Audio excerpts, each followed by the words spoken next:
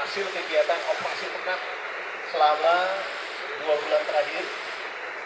Kita akan memusnahkan berbagai jenis minuman keras yang hari ini kita akan musnahkan sebanyak 21.560 minuman keras dari berbagai jenis, yaitu miras, tuak, ciu, dan lain-lain. Jumlah pelanggar selama operasi pekan Lodaya 2025 itu terdapat 385 pelanggar. Dan hari ini mudah-mudahan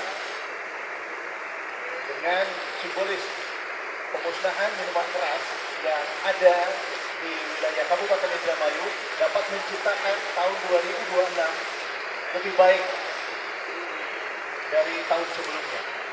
Demikian yang dapat saya sampaikan. Terima kasih. Wassalamualaikum warahmatullahi wabarakatuh.